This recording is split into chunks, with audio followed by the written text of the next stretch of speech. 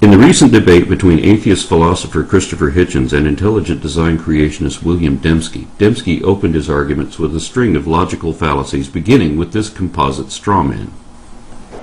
Is atheism demands a materialistic form of evolution, and there's only one going theory of it, namely Darwinism. The alternative, which places us here as the result of design, is for him a non-starter. It's unthinkable. Of course, atheism doesn't demand anything. We have neither the need to believe nor the required defensive belief that religion does.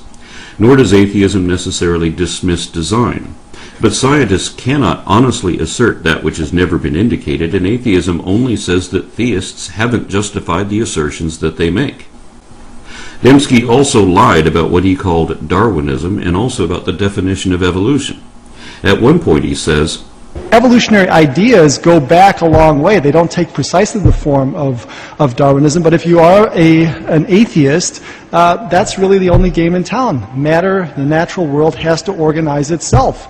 And if you look at the old creation myths, Enuma Elish, the Greek creation myths, Hesiod's theogony, what you find are natural forces, the cosmic egg, the waters, Tiamat and Apsu, sweet and salt waters in the Babylonian mythology, and they organize themselves, and then finally at the end you get Marduk, the prince of the gods. So you go from simplicity to complexity, and that's always the direction of evolution.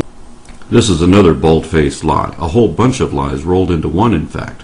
Let me show you why. First of all, the Genesis fables go from simple to complex, yet obviously don't qualify as evolution, so Dembski's analogy is already absurd. But it gets worse than that when you read the other creation myths he mentioned, because they start out complex and actually simplify from there, opposite of what he said. It is true that anything which can be changed or revised can be improved and thus become more complex, not that increased complexity is necessary for evolution. But we know that mythologies have been retold many times over with subtle embellishments occasionally added, so these old stories have evolved in a sense, but not in the way that Dembski wants us to realize. First of all, Hesiod's theogony may be contemporary to Genesis 2, but Enuma Elish is the oldest creation myth known to archaeology and has many other myths associated with it, which are all older than the Bible, yet written by the very ancestors of the biblical authors. All these myths anthropomorphize natural events. Theogony gave human personalities to the earth and sky, while Enuma Elish declares a river to be the masculine lover of a feminine sea. Likewise, the Bible's book of Proverbs personifies wisdom as though she were a goddess. This is how most gods were created.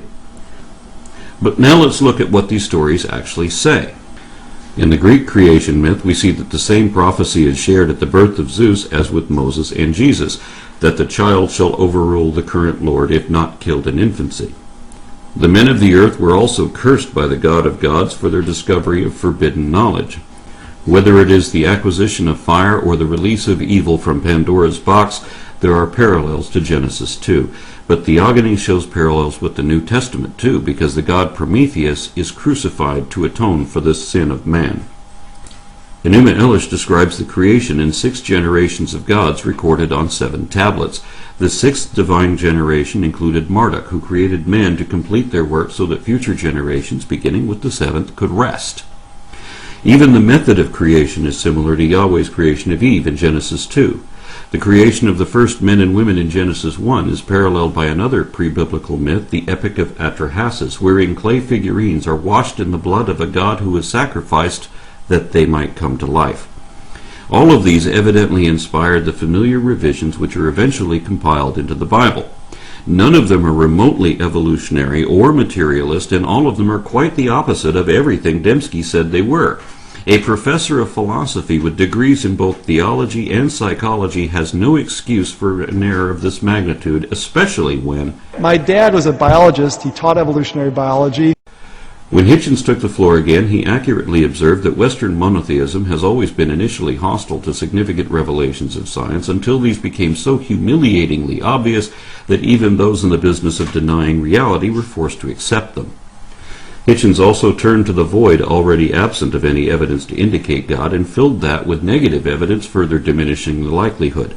Things like universal chaos, rampant extinctions, various examples of scriptural and practical contradictions inherent in the common assumptions of Abrahamic theism. But in defense of evolution, Hitchens usually cited Christian evolutionists, preemptively disproving some of Dembski's predicted allegations, although Dembski still went on to make those accusations anyway. Most importantly, Hitchens argued for the value of objective analysis, which he described as evidence against interest. He also pointed out that we are primates and all that that implies, both for evolution and against Dembski's idea of the image of God.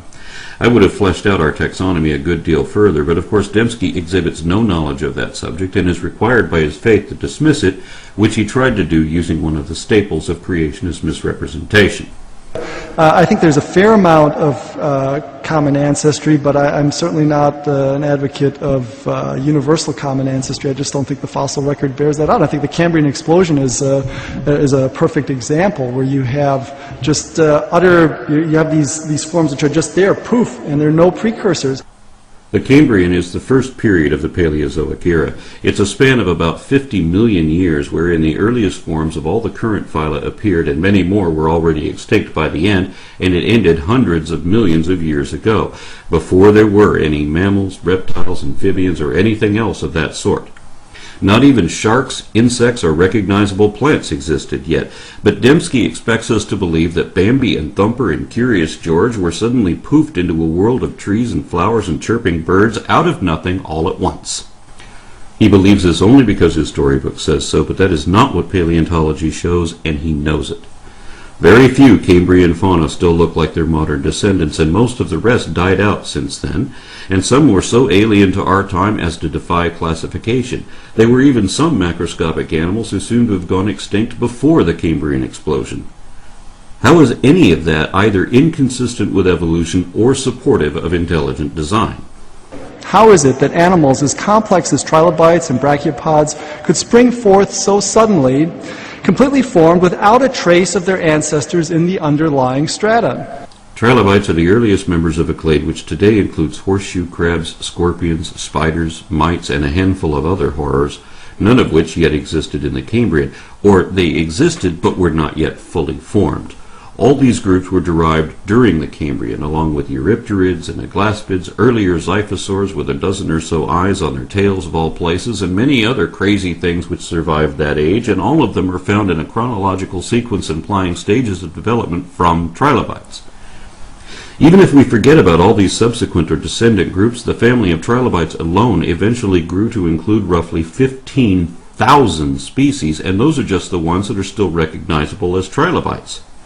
Yet all of them were already gone millions of years before the first dinosaurs appeared.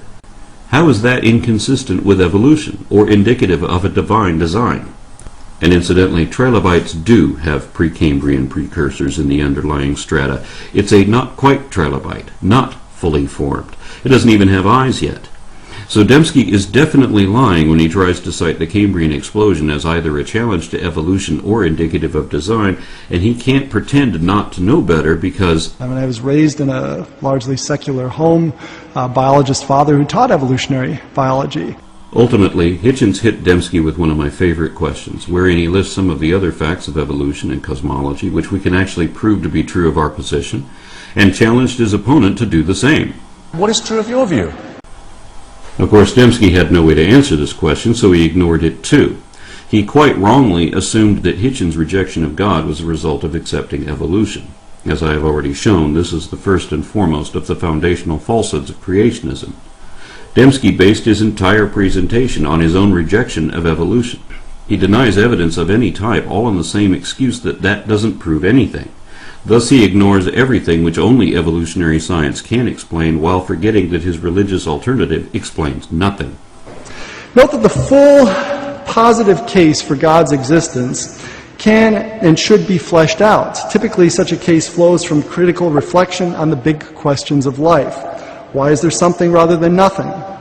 Where did we come from? Where are we going? Why should we take morality seriously? Why is the world comprehensible to our minds? Why does mathematics, presumably a human invention, have such a precise purchase on physical reality? Each of these questions can, in my view, be answered better with an atheistic than an atheistic worldview. But of course, religion doesn't answer any of these questions with any measurable degree of accuracy like only science can, and in my view, cosmology and evolution do a better job of that in each of the cases he mentioned. Dembski claimed to have ample evidence of his intelligent design alternative, but failed to list any of it. He seems to think that complaints about evolution, misunderstood and misrepresented, could somehow count as evidence of miraculous creation. He criticized Hitchens' skepticism, but gave no explanation why the audience should assume the same conclusions that Dembski does, nor could he, since he admitted in the debate that his own conversion was based on emotion rather than evidence. And without presenting any evidence at all, Dembski said that his argument had somehow already established the existence of God. But all he did was assume God, and assume that everyone else assumed the same thing, without reason, since he had none to give. Neither did he refute any of the points Hitchens actually made, either on stage or in his book, yet he claimed to have just done so while we were watching. I've watched the video again a couple more times since then, and no, he didn't. Less than halfway into his opening comments, an obviously delusional Dembski has evoked at least a half a dozen logical fallacies and lied no less than 9 times so far, but hasn't yet presented any sort of case and was already claiming victory.